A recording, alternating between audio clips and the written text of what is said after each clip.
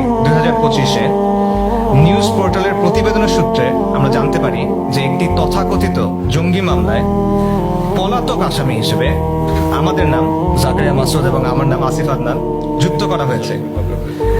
একই সাথে বিশিষ্ট বক্তা এবং আলেম মাওলানা রেজাউল করিম আবরারের নামও সেখানে যুক্ত করা হয়েছে এবং এই মামলাটি দায়ের করেছে অ্যান্টি টেরোরিজম ইউনিট ATU।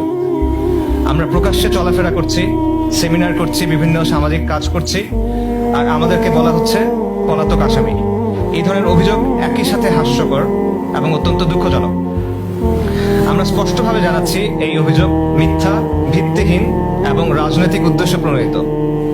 মামলার অভিযোগে যেসব বিষয় উল্লেখ আছে তার সাথে আমাদের সরাসরি বা প্রত্যক্ষ বা পরোক্ষ কোনো ধরনের সম্পর্ক নেই।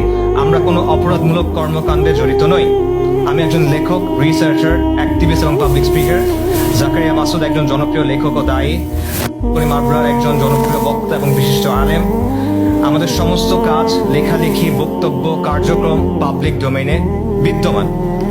আমরা বিশ্বাস করি উদ্দেশ্য প্রণোদিতভাবে আমাদের নাম এই মামলায় জড়ানো হয়েছে শুধুমাত্র আমাদের ইসলামী আদর্শ এবং চিন্তার কারণে। আমরা বরাবরই দ্বীন ইসলামের স্বার্থ এবং দেশের প্রশ্নে সোচ্চার থেকেছি। দেশি, বিদেশি ও আঞ্চলিক নানা নেফেরিয়াস এজেন্ডার বিরুদ্ধে আমরা কথা বলেছি, সমালোচনা করেছি এবং এই কারণেই দেশি, বিদেশি এবং প্রতিবেশী বিভিন্ন গোষ্ঠী আমাদেরকে অপছন্দ করতে পারে এবং এটা একটা ফ্যাক্টর হতে পারে এখানে। এছাড়া আপনারা জানেন বাংলাদেশে বর্তমানে জাতিসংঘের মানবাধিকার বিষয়ক অফিস খোলার প্রক্রিয়া চলছে।